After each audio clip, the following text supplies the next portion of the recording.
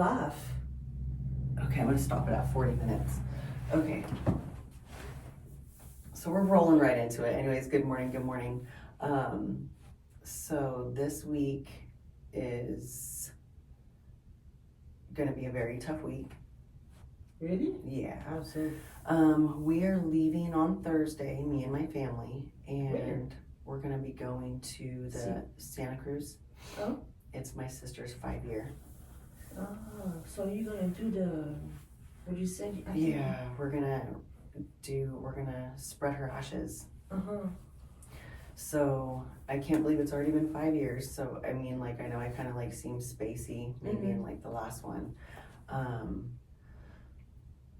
Wednesday is her 5-year anniversary, and I was on the couch crying. I'm like doing everything possible to like not be in my head.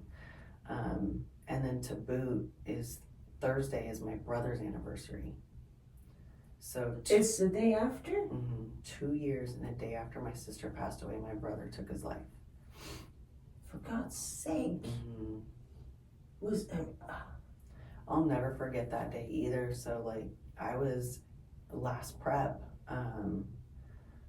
started my prep, and I remember my dad calling and my dad screaming on the phone. And he's just yelling like, I can't. I'm like, what happened? My heart just sunk. And I'm at the top of the stairs, and I think Paul was like making food downstairs, and my daughter was in her room, and he's just like yelling, Kenny. And I'm like, what happened?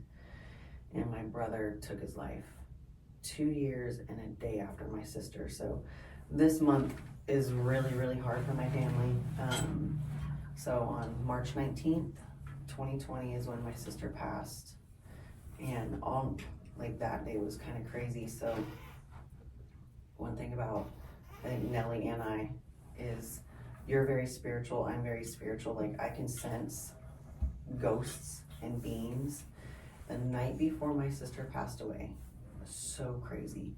I felt her, like there was a gust of wind that came into my room. She was angry, and I was with Lyric in the bedroom, and I felt like, don't cuddle him, because I felt my sister coming in. I knew she was gonna come visit, and she was so mad that it wasn't her being able to cuddle her son.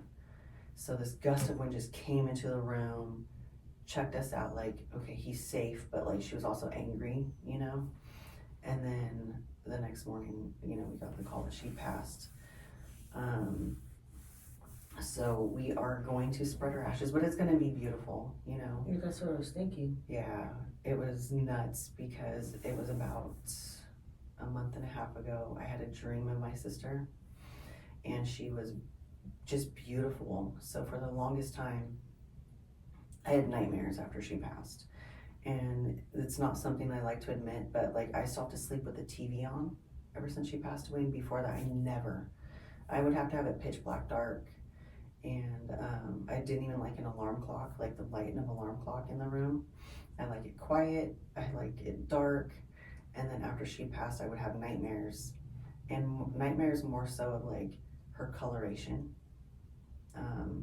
Because chemo is very, very toxic. It's poisonous, and like the color of her skin, as she started to like, you know, transition was just, it went from like yellow to like I don't even want to say the color. I know what you mean. Yeah, and so I'd have nightmares of her and what she looked like, because that wasn't her. But the dream that I had recently was her vibrant self. She was just beautiful. My sister was gorgeous, and this beautiful dark curly hair, and we were by the ocean. And I'm like telling Paul, I'm like, oh my gosh, I just had this beautiful dream of my sister. We were by the ocean. Then my dad calls me that morning, and he's like, I had a dream about Des. Oh my God. She was by the ocean. Me and my dad had the same dream, and he's like, you know what that means? And so I think she was coming to us in our dreams saying it's time to let me go in that way, because we still have her ashes. My mom has her ashes. But just telling you guys that she's fine. She's fine and she's ready, and it's okay. So I think it's gonna be beautiful. Our whole family's gonna get together. We're doing an Airbnb, and it's gonna be good for Lyric. We're gonna let her ashes go in the ocean. Does he remember her? Mm-hmm. Yeah. He's gonna let the ashes. Mm-hmm. Oh my god. Yeah. Oh, It's gonna be I have cool. chills. All right. Yeah. So I'm actually really excited. Her best friend is coming too, so I'm so stoked that Kelsey and her wife are gonna be able to How come. long have you been planning this? Just the past 6 weeks. Okay. Once we had the dream, we You have started. to make sure everyone can get the time off, can travel. That's great. Well, Everyone can make it?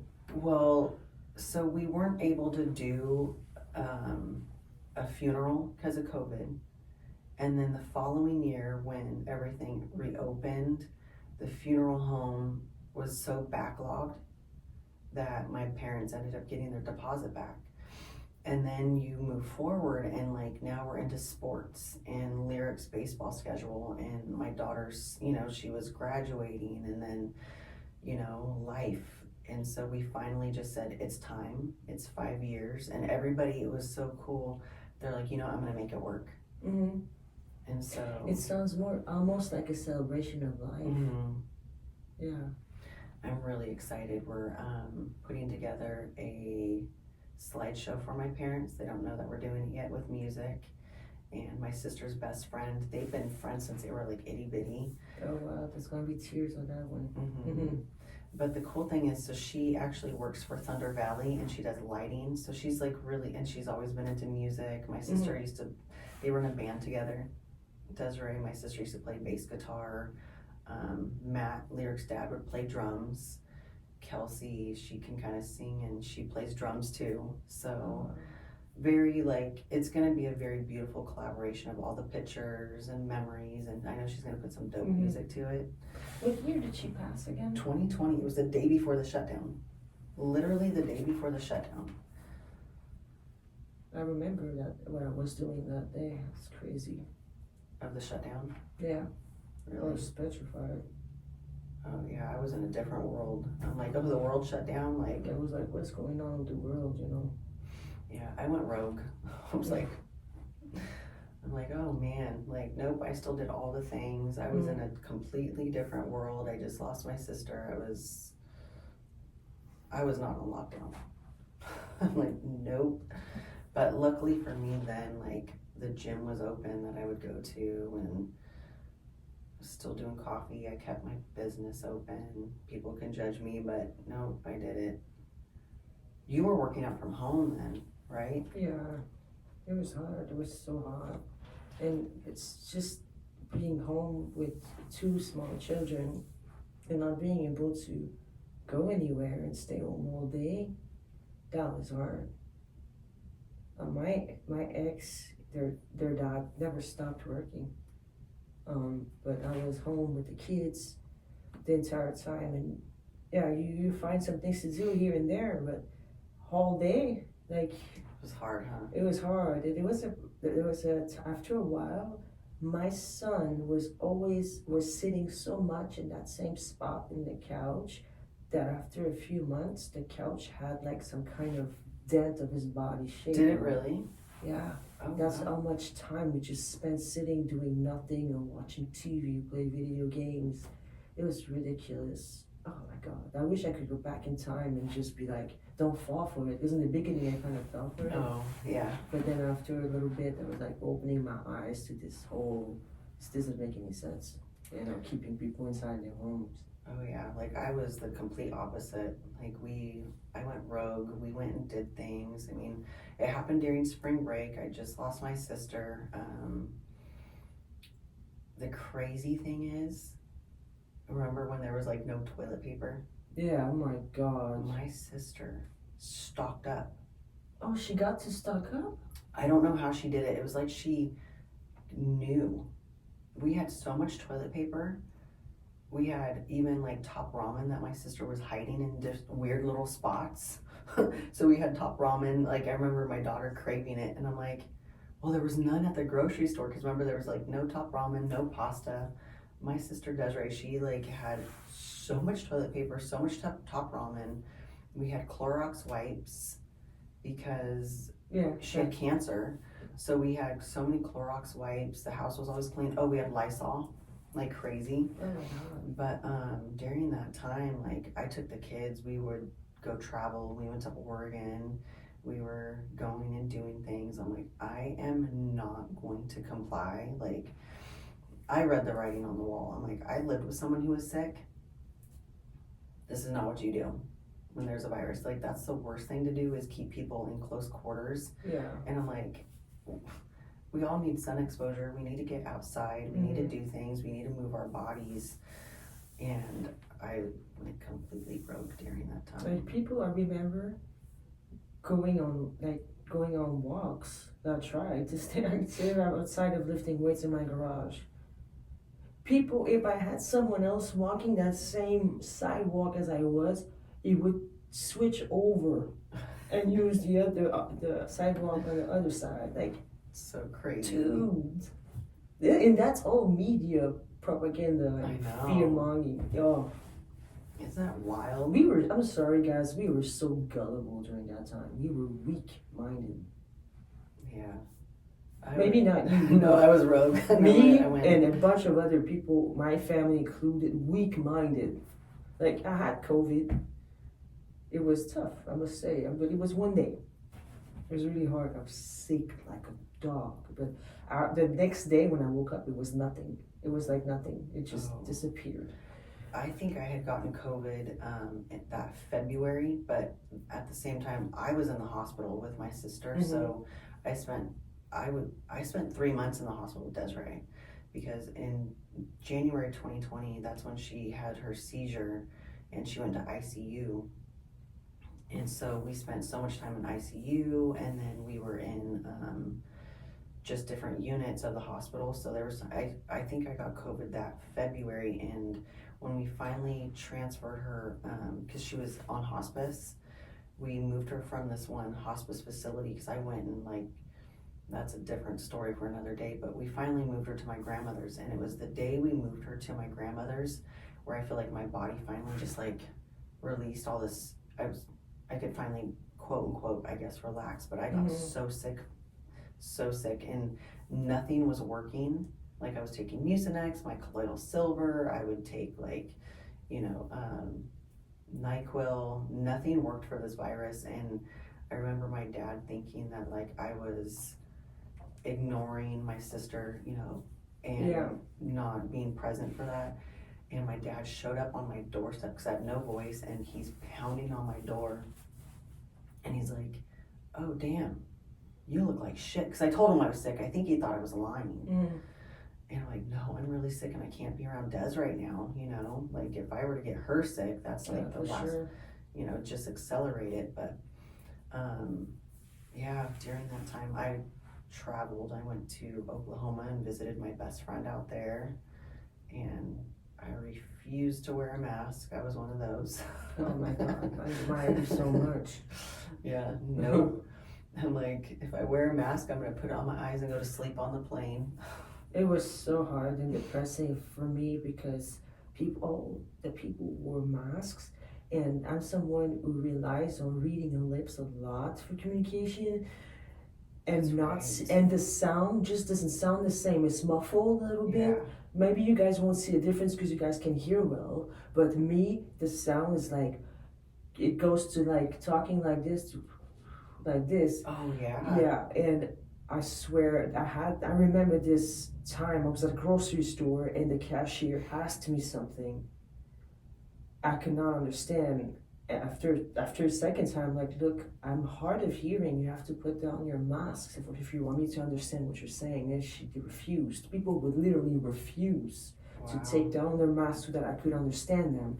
And so I would leave the store crying my ass off, and then thinking about being different from everyone else. Why am I hard of hearing? Like, it triggered me that period of time. I bet, yeah. Mm-hmm. I just remember like, it's so gross. Because I did lashes, and my clients, like I'm literally sitting here and their head is right here. And if they were wearing a mask, their breath would go up through the top of the mask. Oh. And I'm like, I would have to ask clients, please take it off, because I could smell your breath. I knew who smoked cigarettes. I knew who didn't brush their teeth. And I'm like, oh my gosh, I'm like, if you have anything, it's going up into the mask and into my nose. Like, so my And clients, you didn't wear one? no. I just felt like something told me those things are so toxic. Like breathing in, you know. Breathing your own freaking O2, like constantly, you know. Like, it just, nothing about it seemed. common sense. Yeah, common sense. I'm like, please make it make sense. Yeah. Someone make it make sense. There was one time my family and I and a few friends, we had gone rafting that summer. So we all drive up and we're all like in our cars, unmasked as a family, you know. And then we're outside and we're signing our waivers and we're all in a circle with the raft instructor or rafting instructor. So we have a clipboard, a pen, we're all signing our waivers, we're passing it around the circle. And then we get into the company van and the gentlemen who are going to be our guides on this rafting tour, you know, asking us to mask. And I'm like, but we were just outside in a circle signing on the same clipboard, you know, with the same pen, but now we're in a van and you're asking us to mask up. And my dad's like, Bri, just put the mask on. I'm like, no. Like, no. He's like, why do you have to be so difficult? I'm like, because can someone make this make sense? Like, please. And then we're going to be in rafts where there are 6 people in a raft plus the guide. And they wanted you to wear a mask for rafting? No, we don't have to wear a mask rafting. So I'm like, why do we have to wear a mask inside this vehicle? Somebody make it make sense, please. And my dad's like, oh my gosh, like, why do you have to be so stubborn? Like, your whole life you've been so stubborn. But I mean, I opened up some eyes. Even with masks, even with mask and all that and staying home, I still got it. You know what I mean? It's like, you get to see, it was everywhere. My favorite thing was like, well, can you still smell a fart?